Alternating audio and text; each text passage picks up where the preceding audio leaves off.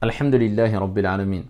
Que doit-on faire si la journée du vendredi coïncide avec la journée de l'Aïd? Est-ce qu'il est obligatoire pour nous de participer toujours à la prière du vendredi? Donc je parle particulièrement pour les hommes bien sûr.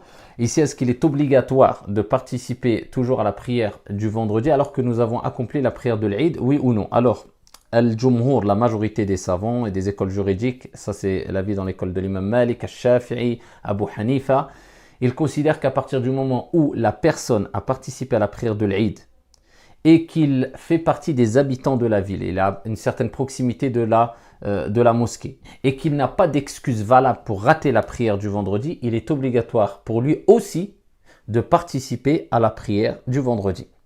Et ils ont rappelé que les textes, entre autres le texte de Uthman ibn Affan radiyallahu anhu warda, lorsqu'il a exhorté les gens le jour de l'Eid alors que cela coïncidait à la prière au jour du vendredi, et quand il leur a permis ici de participer simplement à la prière de l'Eid et de délaisser la prière de Al-Jumu'ah. Par contre, dans l'école de l'imam Ahmed, rahmatullahi alayh, eh bien, eux considèrent, ils ont utilisé des textes, ils considèrent que celui qui a une excuse ou pas d'excuse, d'accord? C'est-à-dire que même si, quand on parle d'excuse ici, c'est même s'il ne fait pas partie des habitants de la ville, même s'il fait partie des habitants de la ville, pardon, et il a participé à la prière de l'Aïd, eh bien ils disent tout simplement, pour lui, ce n'est plus obligatoire de faire la prière du vendredi. La majorité ont répondu et ont rappelé que, ici, ces textes et ces paroles générales, eh bien on doit les renvoyer